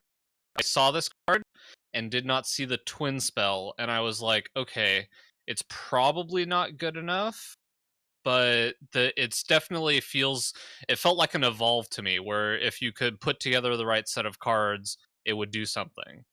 And I didn't put together the Mountain Giant thing, which is what I think did not propel me to give it like a higher ranking. But once I kind of realized that it had twin spell, and then I saw somebody do it to a Mountain Giant, I realized that, oh, this card is very good if you can make it work. Yeah, it's just so weird because it goes with Mountain Giant that Mage has traditionally not played, and to get to Mountain Giant, you either play Banana Buffoon and Mana Cyclone, or you play Book of Specters. And the Book of Specters thing is exceptionally weird because for this card to be good with Book of Specters, you put a spell in the deck with the 2-mana card that doesn't want spells in the deck, so you can play the Mountain Giant. So it's a whole lot of weird jumps that you have to make to get this card to be really strong, but is really good, and I think we missed on it. I will say though, I do remember somebody talking about Book of Specters being very good. I'm just maybe like a year behind. I was like a year off. Yeah, that's But- exactly how I was with Warpath. Yeah. I was Um, very high on Book of Specters, and now it's good. Yeah, so the next one we all kind of missed on was Forest Aid. And I think the reason I missed on this one was I feel like whenever you're playing an 8-drop, you don't just want like 5 2/2s, and usually the first Forest Aid gets cleared really easily, but the second one is the one that's really a headache a lot of the time for decks to deal with. In like Hat says, in the week that Token Druid was good, Forest Aid was one of the best cards in the deck, because you would basically force your opponent to use all their resources, all their AoE, and then follow up with a Forest Aid, and then they either dealt with that one with their last bit of AoE, or like traded into it with their board and traded some stuff off, and then you slammed the second copy off the twin spell and then they lost, or you just killed them with the first copy with either a Savage Roar or made it really sticky with a Soul of the Forest or something like that. So the fact that it just provided a really solid top end for the Token Druid decks was definitely made up for its clunky mana cost. So I definitely missed on this card, but I don't think it's every day that you see a deck list that is all 1 through 4 drops and then 2 8-drops in the deck, because that's all this deck is just 1 through 4, no 5, no 6, no 7, 8s, 2 8s. Just get it in there. Yeah, this card I could kind of envision, even if I had envisioned the token deck, I never would have envisioned putting a double 8-drop in the deck. 2 double 8-drops, just back to back, just 8s, just getting in there. So, yeah, but Token Druid's not seeing a whole lot of play right now, although I have played against it a little bit recently, because I think it kills Hunter, which has been very popular recently.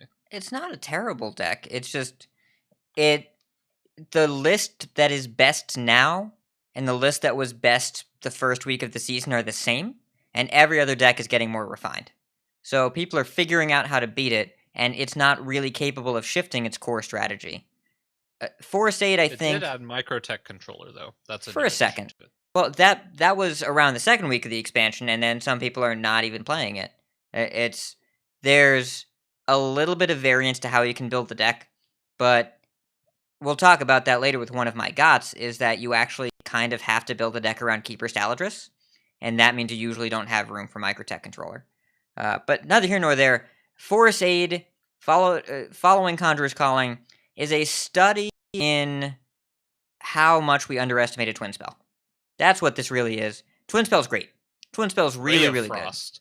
good. Ray of Frost is Ray of Frost, fantastic. What the hell? It's just, like, target minion is less annoying for 2 turns in a row. Fantastic. I'll do that. You play a big Edwin, I'm going to freeze it.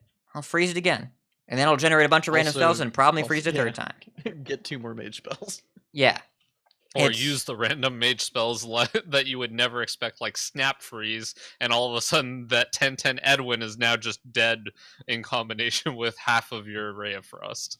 And even when I've played Paladin, because I probably played more Paladin than most people this expansion, the Light Spell Blessing, the Twin Spell give a minion lifesteal card, surprisingly relevant, especially with Wild Pyromancer. Really good with Wild Pyromancer, and really good in mech decks. You get to do all sorts of stuff with that. Being able to do something twice without spending an extra card is quite relevant. And I think the mechanic is very strong, even though... And not having to do it on the same turn, which is Yeah. what Echo suffered from. Yeah, so even cards like Rapid Fire have had their moments. I played the Varisa Rapid Fire deck for a second, and the deck had problems, but Rapid Fire wasn't one of them. The problem was, being a Joy Buzz deck where you played 3 minions and you had to make sure you drew exactly 1 and kept the other 2 in your deck. and also drew the Joy Buzz. Neither here nor there. That's not the important part. Important part here is Twin Spell is great, and I think we all kind of whiffed on the flexibility and power of it, and also just being able to refill your board twice in a row for one card. That's real good. Even if it's just 2/2s. Yeah, and the next two I'm gonna group together because they're two cards that we just didn't really pay very much attention to because they weren't very in your face powerful, and that's Sunreaver Warmage and Magic Carpet. And Warmage, we talked about this a few episodes ago, but we kind of just glossed over it, didn't really pay attention to it. But the effect is really powerful. It's not seeing a ton of play right now, but I'm sure that probably after balance changes, and then once we get more expansions where you can kind of craft deck lists a little bit better around Warmage, we'll probably see more of it in the future. But the just having a 4/4 that deals 5 to something is really strong. And then Magic Carpet, I mean, I think for me it's suffered kind of a little bit from the same as my analysis of Evil Miscreant, where it's like, oh, it's just a 1/6 whatever, but a 1/6 is really hard to kill. And then once you stick it in Zoo, it's kind of like Underbelly Angler. It just carries that deck. It feels like both of these cards are very good and just not in decks that are very good right now, and that's the biggest issue. Like day one, both of these saw a fair amount of play, and they were just very powerful and very good. But then as the other decks got refined, these just didn't have homes in the decks that ended up being the better decks in the format, and that's why we don't see them. But I definitely agree that if some nerfs come in, these could very much come into the spotlight. Both of these cards could very easily start seeing a bunch more play. So I actually put Sunreaver Warmage in here because I remember how high we all were on it the first few days of the format, when it seemed like it was everywhere. And the card seemed to be quite powerful. But I don't think it will be good in this current standard configuration, not until the next year. Because dealing 4 is good, but dying to 4 damage sucks, and dying to 4 damage later in the game sucks more. Everything lines up poorly against 4 damage right now. It's fairly easy to do earlier in the game. Going 1 for 1 is not that great. Doing this against a Waggle Pick just feels like getting your face kicked in. You're playing a 5-drop that loses to the thing that they had already spent mana on. You can't do that. So it won't always be in a world where 4 damage is easy to do, but Waggle Pick and Dino-Matic lines up very well against it. There are a lot of cards that really punish Warmage, and the payoff is more difficult than I think we're anticipating, because this format is a slow format based on cheap cards. It's not a slow format based on really big spells. You don't see controlling Shaman decks. Yes, Holy Wrath Paladin, but that plays like 4 cards that cost more than 5. So, it's a really slow format, but all the cards are inexpensive. And to hit this condition is more of a hoop than you might expect, and the payoff is less than we expected, and the liability of the body is somewhat significant. So, it's still good. It is still a good card. It will continue to see some play, but it was seeing a ton of play the first week, and I wanted to bring it up because we were very high in it, much like Biology Project. We were ready to say best card in the set, and then 3 days later, not so much. I have a screen cap of you saying you were wrong about it. That man took a screenshot. He was prepared. Yeah, it was like I was so low on it, and then everybody was super high on it, and then instantly after that, just gone. And Unless then you're it was playing paired with Mecha. Auctioneer, and Yeah. then it was Yeah. insane.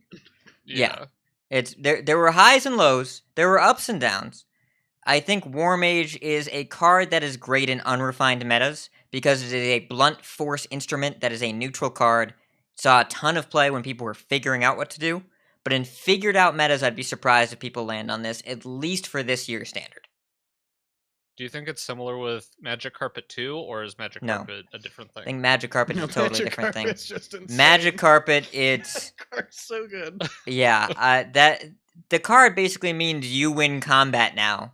So as long as combat matters and you have Magic Carpet, you win it. It's But no, you have to have 1-drops. Yeah, but we're in the lackey world. I think Magic Carpet is a very powerful card that will continue to be powerful, and really what we need is just not, is Magic Carpet good, but the question we should be asking is how many 1-drops will it take for other classes to be able to use Magic Carpet? Because in Divine Favor Paladin, you would play this card, and you would be really Oh, happy boy. about it. You would be Oh, really no, you happy. wouldn't. I Because wouldn't you'd be be. the opponent. I would not be happy. You, as in the hypothetical person, me, as in me personally, Ridiculous Hat, would be extremely unhappy about all their minions also dominating the board, because we all have opinions on certain cards that give all of our other minions rush, and this card just does that on turn 3. Trying to play against this as a minion deck is oppressive, and there's a reason why Token Druid's worst matchup is Zoo. Oh wow, Dr. Boom gives you a free Magic Carpet minus the 1 attack for the rest of the game. Yeah. It gives you a better Magic Carpet because it's not just one. Oh man. Yeah. And you can never kill it. Sometimes they can kill the Magic Carpet. Every once in a while, they can kill the Magic Carpet. Alright, so, of the cards we haven't talked about, let's run through a couple gots and a couple goofs for each of us, and then we'll close things out. What do you think? Let's go. Oh yeah, I'm excited about this part. We'll save Bodicus for last. No, just get it out of the way. Just do it now. Just do it now. Rip the band-aid off. Rip it off. Just give me the pain. Alright. Hey, we Bodicus, have is there some any card that you gots. got right? Any card that you got right this expansion? There's a certain card called a Waggle Pick that I believe I talked about extensively on the episode and said it would be about as good as a certain card that was seeing a lot of play in Warrior. I compared it very favorably to Death Sight, which was a very good card in Warrior for a long time, and I would say this is about as good as that card was in Warrior. I don't know about you guys. There were some other people on the cast that were not as convinced. We were trashing this card, and Bodicus was like, I be looting all the loots, you be booting down the loot chute. Was I trashing the card? I'm pretty sure I was. I just wanted to use that clip. Let me have this. And Yeah, I could. Hat was not on board. Appa was. I was not on the fully, fence. Yeah, and on the more the you fence. talked about it, I was like, okay, I see this. Yeah. But I did not give it the respect it deserves. I will Okay. give that. I want to point out, Bodicus was talking about the power of the Shadow Step effect. If we had gone back to that episode, and Bodicus said it's 4 mana for 8 damage in Rogue, I bet I would have been more on board. We neglected I to talk forgot to say about that the part. card of I- it does a lot of damage. Yeah, I definitely missed on that part, and I was also assuming Hench Clan Thug would be in this deck. Well, the universe was. And some people still play it because Hench Clan Thug is sometimes still very good, but I didn't also think about that if this card is as good as I thought it was, then it also kills the Hench Clan Thug right away, so you probably don't want to play it, but you know what it doesn't kill is a 3-mana 1/5, and it's also really good to pick up a 3-mana 1/5. So, Yeah. this card... What world did we end up in where Rogue is like, I don't want to play that 3-mana 4/4, I want a 1/5. Get me that 1/5. That's Rogue. That's been the Rogue way. Yeah. And then other cards I put on the list were Tack Noswhisker. I got that right because I said it was bad, but I wanted to play it, and I got to play it, and I got to do some sweet stuff with it. But very clearly, that card was bad. Book of Specters, not in this set, but something I'm clinging on to that I got right. It just took a while for it to be right. Marked Shot was a card that I was pretty high on, and a lot of people were saying it's no flanking strike, but it is no flanking strike and is still quite good. It sees a play in quite a few Hunter decks, and I think is a good card. And another card that I got right that I don't see on for some reason, but wanted to make sure it gets brought up, that Dr. Boom Scheme sucks. And we have warrior decks that are literally trying to Archivist Elysiana as many times as they can and extend the game as long as possible and take as many turns as possible, and this card's still not seeing any play in any of them, so... Okay, hold on. Hold on a second. I said Dr. Boom Scheme is a bad card that at some point maybe could see some fringe play, especially in a specialist sideboard, which happened. That was a thing that happened. Oh, how long ago did Okay. that happen, Hat? It is not the least played card in this set. It is. I don't That's even think probably it's. fair. I don't think it's the worst played card in the set. I don't think it's the worst card in the set. I mean, Hunting Party is also. I don't in the think set, Hunting Party is so, the worst like, card in the set either. What is it? I want. I would like. There are a ton of Warlock cards that have seen absolutely no play. I could see. All right, I'm gonna name a card, and you can tell me if you know what it does. Let's see. I mean, you could just name priest cards, and nobody will know what any of them do Yeah. because that card's Or, like, that's just not a class. Except unless Arcane you're playing Fletcher. Shevnomi in it. Arcane Fletcher. How many Arcane 4 Fletchers have mana. you seen? 4 mana, 3/3. Whenever you play a 1 mana minion, you draw a spell from your deck. Yeah, it's I've great in gotten it Rogue. off of- Very, very good yeah, in I Rogue. get it off of Evil Miscreant all the time when I evolve my. Super good in It's Rogue great. because the lackeys trigger it. But or like, okay, I think the worst card in the set might be Kirantor Tricaster. Oh god, is that the mage minion? It's a 4/7 with spell power, or Nope. is that the 4 mana spell power plus 3 spells cost 1? That one. Okay. I've seen that card actually never. I think there was an Oh, evolve I've once. seen it evolved off of an Evil Miscreant that then eviscerated me for 7. Okay, well, that's pretty rad. Somebody curved an Arcane Watcher into that, and I took a lot of damage. That's That that's happened. a weird world that we live in. But either way, there are cards that have seen less play than Dr. Boom Scheme. So I'm not saying that it is a Is that good. the metric we're judging? It was the metric that I chose. I gave it a D. I gave it a D. You're not going to come home from class with a D and put it on the fridge. I'm not saying it's good. I'm Alright, saying It's not a all D, I'm it's an saying, F. yeah, It's an all I'm F, saying is straight that F. card's bat F minus. all I'm Undo. saying is that it 100%. saw play in special sideboards for a minute, and that was my criteria. It is a worse Is it card a than full- Waggle Pick. Is it a full minute if it was in one sideboard of one deck that top aided one master? Okay, it stuff was at for some Warrior point minutes. It 3 was for weeks ago? Warrior Mirror, so it was like 47 minutes. Okay. I mean, I told you, I did win a game because of a Dr. Boom scheme that I got off of, I don't know, some stupid rogue thing. Yeah, it has really weird fringe applications. You shouldn't put it in your deck. But someone did once. I didn't. Someone did once, and they won more than they lost because of that card. That's not enough. So, I guess we'll go Anyway. straight to mine. Oh no, wait, you have some goofs. You can do your goofs. Okay, so I was super high on Crystal Song Portal. It was seeing a little bit of play at the start, and I think is mostly working its way out of decks. I think you can technically still play one, and it's okay, but it's definitely not as high as I had it, because I think I was touting that it would be one of the better cards in the set, and it is not anywhere close to any of those. So, very, very wrong on Crystal Song Portal. And then the Keepers, I thought could have some fringe uses, and it turns out that you just play Magic Carpet in Warlock and then put a bunch of 1-drops in the deck, and neither of the Keepers are 1-drops, so they don't go in the deck. And then I have a card that the jury is still out on, which is 9 lives. It seems some wild play. It definitely saw a lot of play when the set first came out, and I think people are still putting it in the slower Mech Hunter decks.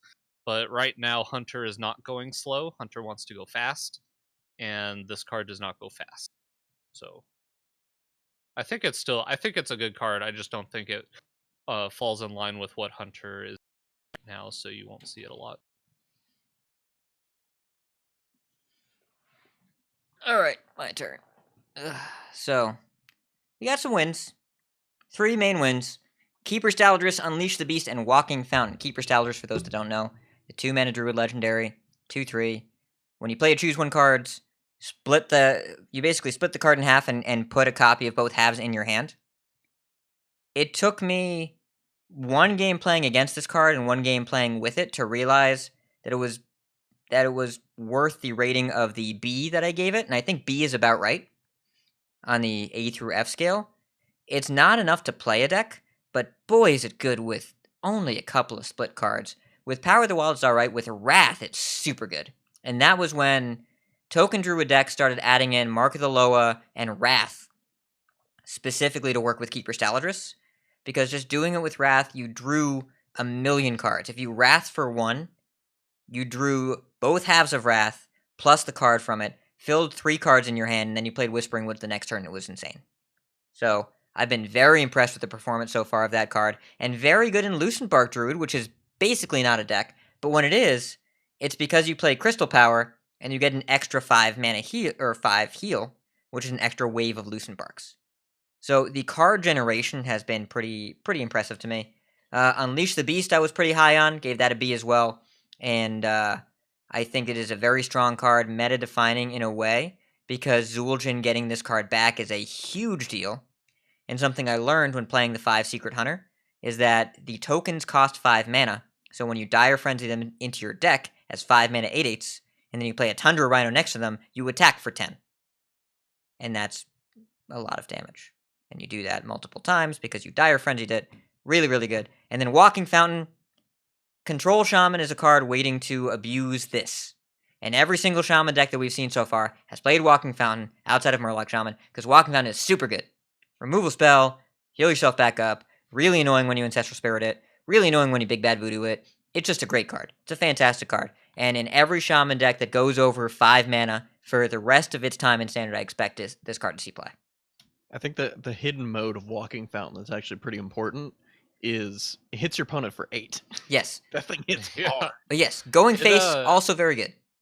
I heard that some even shamans are playing it in wild. Even it's that good, where Yeah. it's taking a spot in that deck, which is impressive. I bet it wins the mirror. Oh yeah, I mean, bet it does. lost Flame Tongue Totem, so it just naturally got more mid-rangey and less aggressive. So whenever you're trying to fight for board and really stabilize, you just slam a Walking Fountain. You're like, all right, this is what my deck does, and now you're dead. Also against Kingsbane Rogue, it is probably very strong. Yeah, I would want that card against Kingsbane Rogue. Kill your stuff, gain 8. Seems good. As far as goofs, well, speaking with the tune of Druid, I have a couple cards that I guessed high on that were bad, and a couple cards I guessed low on that were good. The 2 that I guessed high on, Crystal Stag. I thought this was the payoff. It's way more work than you might think to be a Druid and take 5 damage and not be dead, and then be able to stabilize the board with 2 4/4s. You usually can't do it, and 4/4s, again, not great in this format at 5 mana. Don't line up well with anything else going on, and the card is kind of slow. It's not enough pressure against Warrior, it's not enough removal against Rogue, it just doesn't do anything against what the format's trying to do, and it's a lot of work to get it to happen, more than we expected. So, card is not end up seeing play. Same with Swamp Queen Hagatha. Card has a lot of value, pretty good against Warrior, but the pieces of it are so awkward. So awkward. And you usually I mean, overload like from you it. said, the format's slow, but around cheap stuff, and this Yeah. would be great in a format that's slow around big haymakers, and that's not really Yeah. where we're at right now. Like, And you don't need a lot of value when you have infinite value with regular Hagatha, which is the biggest. I think is probably the biggest issue is you just need one Hagatha, and this one I think is the worst of the 2 Hagathas. well, and like, every shaman spell Or is you just put them in the overload. same deck. Sure. But every shaman Just spell jam is all the overload. legendaries in there. So you play a 7 mana spell, and then you're like, well, I guess I'll hero power. Then you play a 5 mana 5/5, and then you're like, well, I guess I'll hero power. The next turn you're overloaded, and then you do one thing, and you're like, well, I guess I'll hero power. And that's 3 turns. You're eating 3 Welcome turns. to Shaman. Yeah. And I guess Rogue I'll is hero like, power. I'm gonna do 4 things this turn, but I'm gonna do 4 things every turn for the entirety of the game because I just generate so many cards every single turn. What are you talking about, Rogue? Well, that's what I'm saying. Shaman does 1 spell, Rogue does 4 Well, it's- every turn. Rogue for does like 10 turns. No, 8. For 8 turns, and then the game has concluded one way or another, except in rare circumstances. And the other circumstance is based on one of the cards that I guessed way too low on, which I think might secretly be the most broken card in the set, and that's Chef Nomi. There is Nomi Priest, Nomi Rogue, Nomi Druid. I played a Nomi Druid, and it was not bad because it has Nomi and Floop, and that's fine. You can just do that. And for Nomi to be a viable win condition by itself in multiple classes is pretty scary. It's a scary thing. And I gave it a D. For those keeping track at home, yes, that is the same score as Dr. Boom Scheme. No, I don't want to talk about it. And No, let's talk about it. Yeah, let's talk about and the it. other card I guess low on was Mana Cyclone. I believe I gave this card a C. It's funky, it's hard to use. It's very good in Standard. The combination with Elemental Evocation is nice. The combination... Sorcerer's Apprentice. Sorcerer Apprentice, Ray of Frost That's the best is combination, really, really yeah. great. And I'll tell you, if you have not played Wild, and you have not played Quest Mage with this card, oh boy, it is disgusting. Because you pop the apologize quest. to all my rank 20-some opponents. You just I cast feel the a quest little reward bad. on turn 5 and 2 Arcane Giants. And then they're dead now. And that's just how their day goes. That's what happens. So, Mana Cyclone I've been very impressed by. And the thing about cards like this, as the critical mass of mage spells gets printed, this card will continue to get better. And that's something. So, be aware of that. Jury's still out, I think, on anything to do with Priest. I rated a couple Priest cards pretty high. But the class just doesn't have enough yet, and it doesn't mean the cards are bad. It means the class is bad. And the Paladin secret cards, again, class needs more density for that sort of stuff to work. As far as cards that I said the jury was out on, Headhunter's Hatchet, Shieldbreaker, and Zentimo, I think we can pretty safely say at this point that Zentimo is just not quite there. And it's going to need a busted spell to be good, because the meta as it stands right now does not really care that much about his effect, and typically metas don't get less broken over time, so I think he's just a little bit too slow. Really like the card, but I think he's just a little too slow. Shieldbreaker has seen no play. Headhunter's Hatchet saw play last year, but it's not seeing play this year. I think the card is fine, but not in line with what the format wants right now. You know, these are just... Oh, that's... Okay, I get it. Yeah, the jury was out at the end of Rumble, and now the jury's back in, and they said we haven't seen these cards since then either. So, it's the sort of thing where, like, when I clean my house, anything that I'm not sure about, I mark it with the date, and then when I clean my house the next time, if they're still in the same spot, I didn't need it. So, these cards have not moved since I last rated them, and that means it's probably an indicator that they're not very good. Yeah, Zentimo's a weird card, because it's one of those things where, like, I play him in a lot of decks, and whenever I cast him, he's usually, like, a C in terms of power level, and he's, like, never much, like, above that, because his effect is just, like, you just get a little bit extra. You just gotta squeeze a little bit extra out of your Hex or your Zaps against aggro, and that's basically what he does right now, and he'd need, like... He's gonna need something else to break him. He would need Unstable Evolution to have stayed in Standard while everything else rotated. If he kept Unstable Evolution, might be worth something now, but that was the most busted way to abuse him, and that rotated out after a format where he had no chance of seeing play because he was a minion. Well, it was also weird with Unstable Evolution, because you needed 3 other minions on the board, right? To get, like, full value out of them. Like, you could target the one on, like, the far side, but then you'd only get 2 of them. But yeah, neither here nor there. Unstable Evolution is not in Standard, so let's move on to my gots. I actually have Underbelly Angler as one of my gots because I rated it an A, and I think that card is an A in terms of power level. It is the sole reason to play Murloc Shaman, because that card is busted. It's real good. Murloc Shaman isn't very great right now, but whenever you start going off with Underbelly Angler, the deck can be pretty good. If you ever get an Underbelly Angler when you have an Underbelly from your Underbelly Angler... It's over. It's done. Your opponent has lost that one. And then when you get 2 on the board at the same time, that you're just like, I can't hold all this value. Literally, I can't hold all these cards. It's a good one. Yeah, I also had Dr. Boom Scheme as on my list, because this card is not good. For the listeners, Hat is making a gesture at both Appa and I that is not podcast friendly. I'm waving at them. It's the wave. 20% of a wave. 20%, the middle 20% of a wave. So I have Dr. Boom's scheme. I rated it as an F, and I think it is an F. And while I agree with Hat that there are very fringe applications, I think there can be fringe applications for cards that are Fs.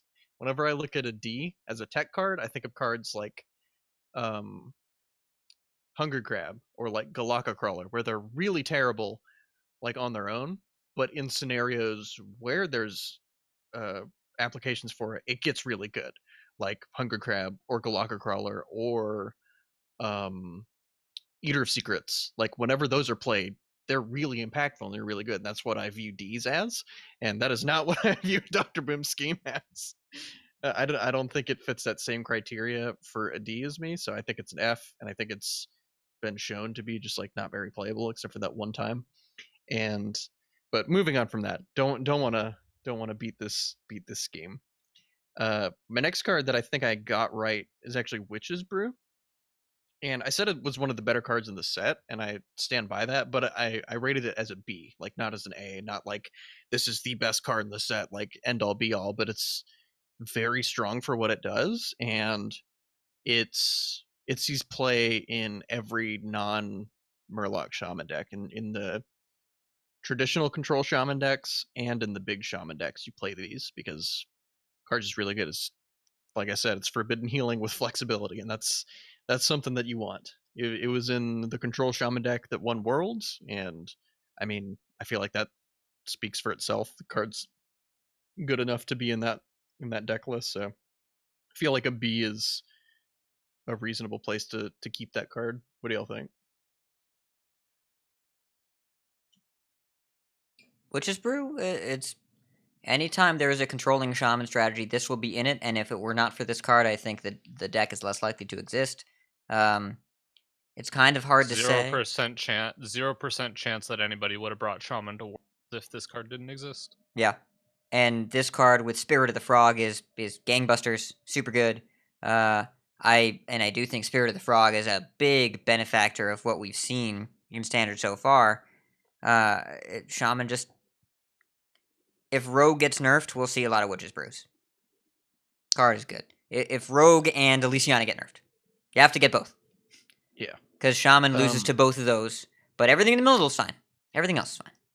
Yeah, and then I also took Bot's approach, and I took a card that I predicted a year ago that's finally seeing play because Baku rotated, and that's Warpath. I said that card would be really strong. I thought the effect was really strong, and I mean, it's seeing a lot of play now. And whenever they like use up both their brawls, and then you're like, all right, I can extend onto the board now, and then they're like, JK Warpath. It's just so deflating to have to play against that card in the late games. It's so good at like all points in the game. It's really flexible, but And y'all have seen the Nomi tech, right? Everybody's The Yeah, Nomi oh tech. yeah, the Spellzerker. 2/3. Yeah, It's a 2-mana Spellzerker. 2/3 that +2 spell damage when it's damaged. So Warpath by itself can do 5 damage in a turn.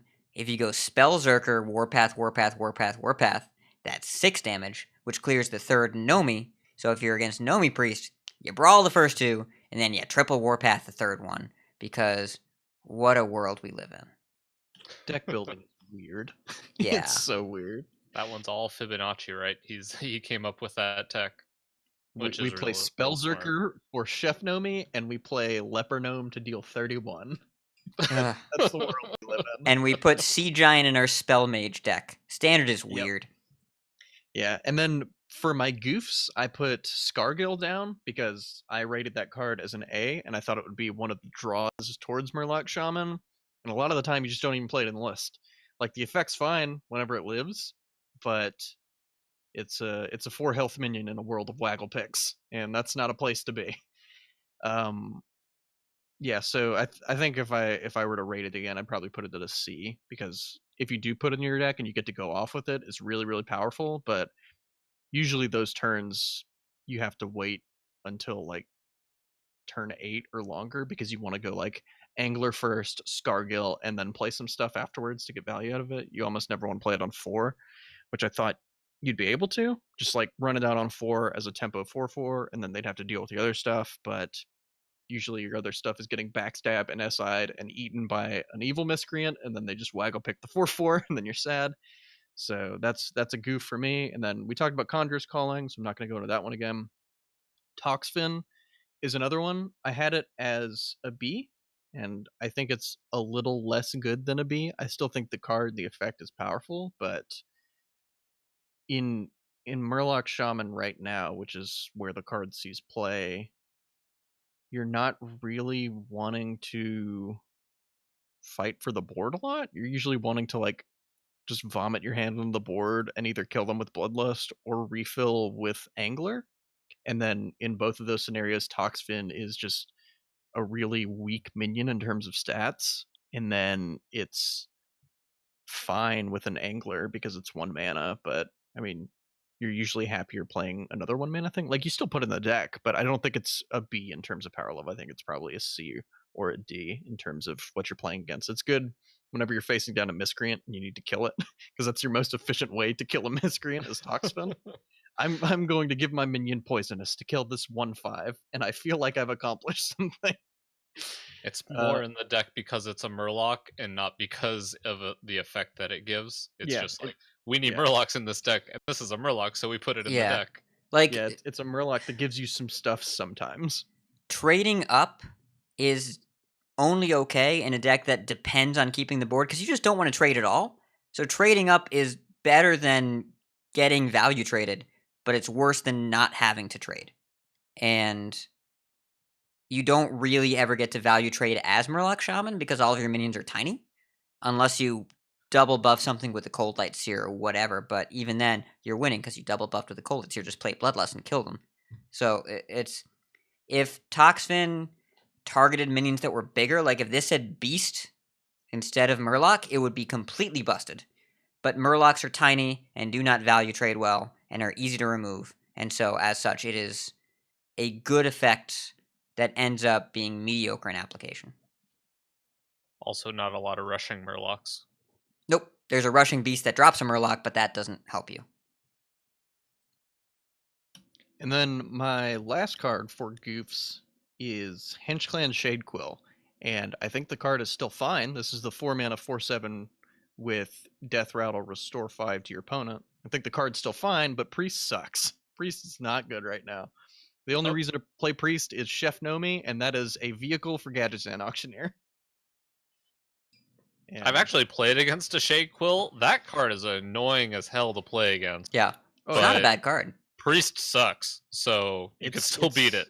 It's like a Twilight Drake you don't have to work for, that sometimes like gets your opponent for 5 if you're playing Auchenai in your deck. Yeah, or sometimes gets your opponent for 28 if you're playing Double Divine Spirit and you draw them both, and or Fire Tree Witch Doctor decides it loves you that day. Also that. And then I have this separate category Oh no. for for Rafam, because whenever we saw the card, I remember talking about it in terms of applications in Zoo, and I didn't think it would see play really anywhere else. And that's where it sees play, and that's where it has a home.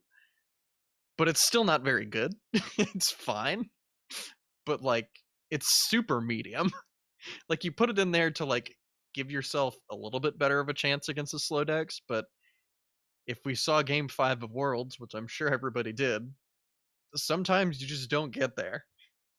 And then you just have a 7/8, I guess. Like, it's only okay, and I don't think I really like got or goofed this one. I think I was kind of in the middle there, because I thought it would be a little bit better than it is, but I also figured it would be restricted to Zoo. But I don't know. It's just a weird one. It's a weird card. Well, like, so the original argument when the card first was revealed was, this card sucks because random legendaries suck. And then the progressive argument was, but turning your deck into 100% threat density is good against control decks like Warrior. And then the third tertiary argument that people made when they actually played with the card is, except random legendaries suck, and you can't kill Warriors with an Atpagel. And when we see Viper ending the game with a Blood Mage Thalnos in Fatigue, you don't really want Rafam in your deck. You have to play Rafam because it triples your win rate as Zoo versus Warrior. It goes from 10% to 30%. But you still lose 7 of those 10 games. You just don't lose 9 of them. So it's better than not playing it. But the real answer here is don't play Zoo because you need Rafam for the deck to be playable. And that's not a spot you want to be in. And Zoo is just not very good. Nope. Yeah, in I the tried- world where Warrior is as good as it is, Zoo's not the one. You know what I actually tried in this deck? Instead of Rafam, I put in a Blood Troll Sapper. Oh, when your minions die, you dome them for 2? Yeah. Yeah. It didn't work out that good. But we tried it. Yeah.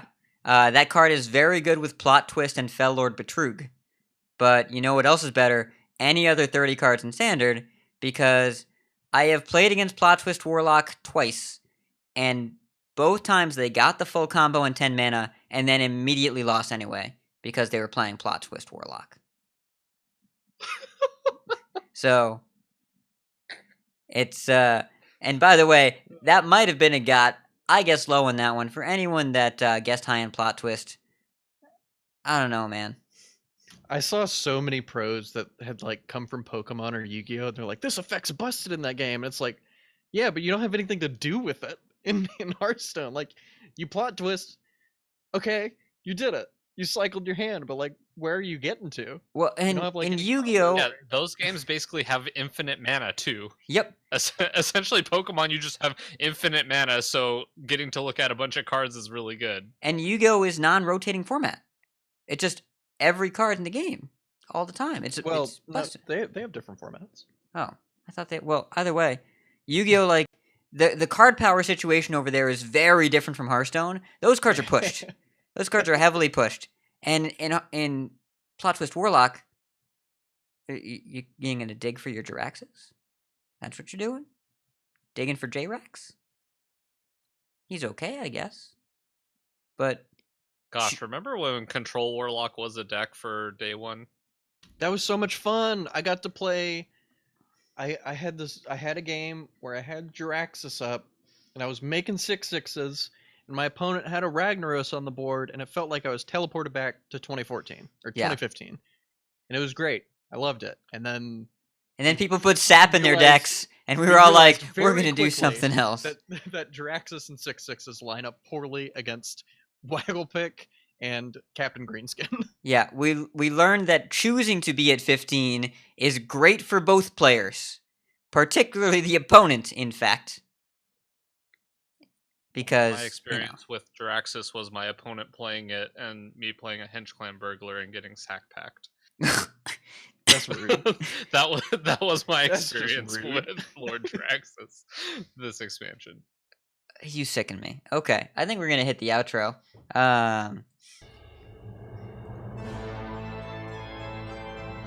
How long can this go on? Big thanks to many folks, including but not limited to everyone on our website at coinconcede.com. You can find our contact info, show notes, and Patreon information. You can support our show at patreon.com/coinconcede. Join us every week live by following us on Twitch at twitch.tv/coinconcedepodcast. Join our community chats in our Discord at discord.coinconcede.com. Write into our email at coinconcede@gmail.com. Follow us on Twitter at coinconcede. Like, share, and follow us on Facebook, facebook.com/coinconcede. Like some CC swag, heading over to shop.coinconcede.com. Hit us up on Spotify. Hit us up on iTunes. Big thanks to our producers, Variatus Ryan, Donald, Pug Ugly, and Doge TK. Coin Concedes, Appa, who you got? Coin concede first to Nicolaius for running the Team Strike Not League and for basically running it again very soon. It's going to be a nice recurring thing over there. I really enjoy it, and he moderated and ran the whole thing. So coin concede to him, and also coin concede to Vintage Cube on Magic Online, because that is my favorite pick. And from now until the end of the month, it's going to be active, and I'm going to have my head buried in that format because it's great. Spartacus? This week, I would like to coin concede to Blister Guy over at the Walk to Work podcast. He recently had a podcast where he talked about our show and kind of put us in a similar category to him, which I find amazing because he's extremely successful over there, and I just really want to commend him, because it's one thing to kind of do our podcast the way we would do it, where we have the news and we kind of try to come up with something every week, but on top of that, he literally plays a game of Hearthstone on every episode, with which everybody can criticize his plays, and that just it just adds a whole nother level to like content creation. And I just think that he has a really amazing podcast. He does an excellent job on it, and you should definitely be checking it out if you're not. And he's going to be doing a talk pretty soon in Australia, and I'm just excited for all the things he has coming down the pipe. So make sure you check him out. Yeah, 'cause Blister he's Guy's good great. people. And Yeah. he does it while walking to work, and my motor skills do not allow me to both talk and walk at the same time, let alone talk, walk, and think. Those are 3 independent operations that he does simultaneously, so very impressive. Let's see. Who do I have for coin concedes this week? I had someone. It's relevant. I just had someone. I hate getting old. Well,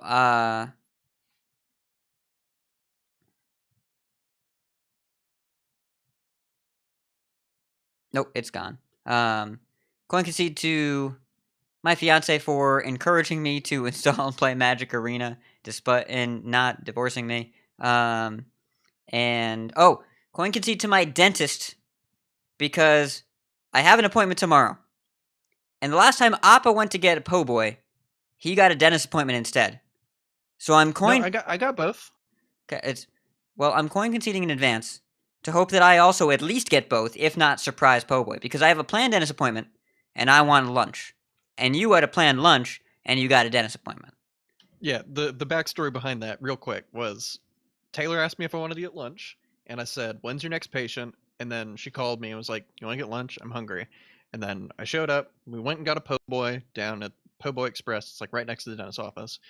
We went back to the dentist's office. I went to drop her off. She's like, "Hey, you should let me look at your teeth. You haven't had a checkup in like over 6 months." So she looked at my teeth, cleaned them.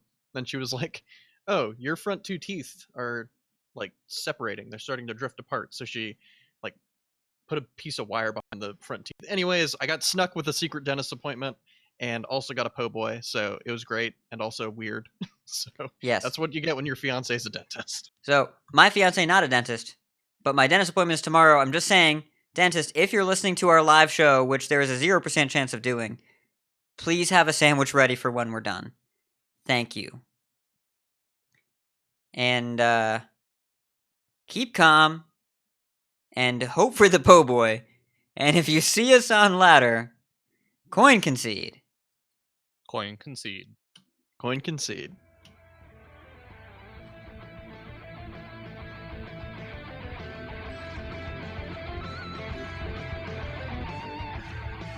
Take cold comfort in your victory. You win. I can rest now. You win. For now. No, your victory proves nothing. The day is yours. I choose death. You have triumphed.